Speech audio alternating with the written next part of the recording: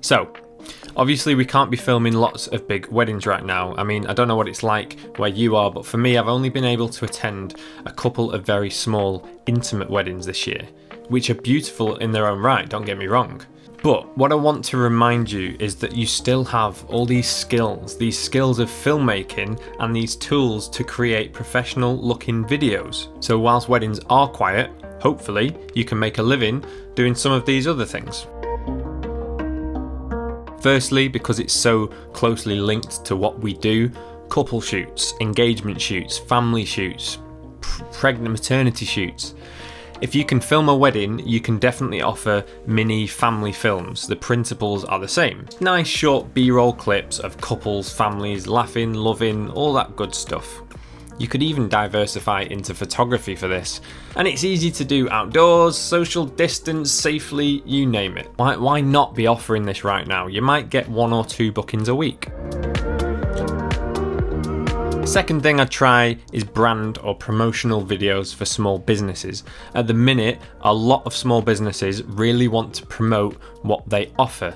Maybe they've just launched their small business during the summer, or they have something new to offer in these different times. They want to showcase it in a different way. And if you're a wedding supplier, then you've already got a huge network of self-employed people, small businesses, in makeup artists and florists and photographers. Why not reach out and offer your services to promote their thing? Another idea is property video. This is actually one of the routes that I've taken. Myself and my partner have been making videos to showcase real estate, property, development, homes, etc. This new build 4-bedroomed riverside property sits on just under 5 acres of land and is situated right on the edge of the picturesque village of Croston. You could offer product videography. Get yourself a macro lens and some lighting and film products. The sort of stuff you might see on TV adverts for toothpaste or watches or everything in between. There's a real market for this on places like Amazon, eBay, Shopify pages. Any online sellers basically will want video of their product. Amazon sellers are a huge one for this because having a video of their product will improve their listing and increase sales. So reach out and convince people that they need one.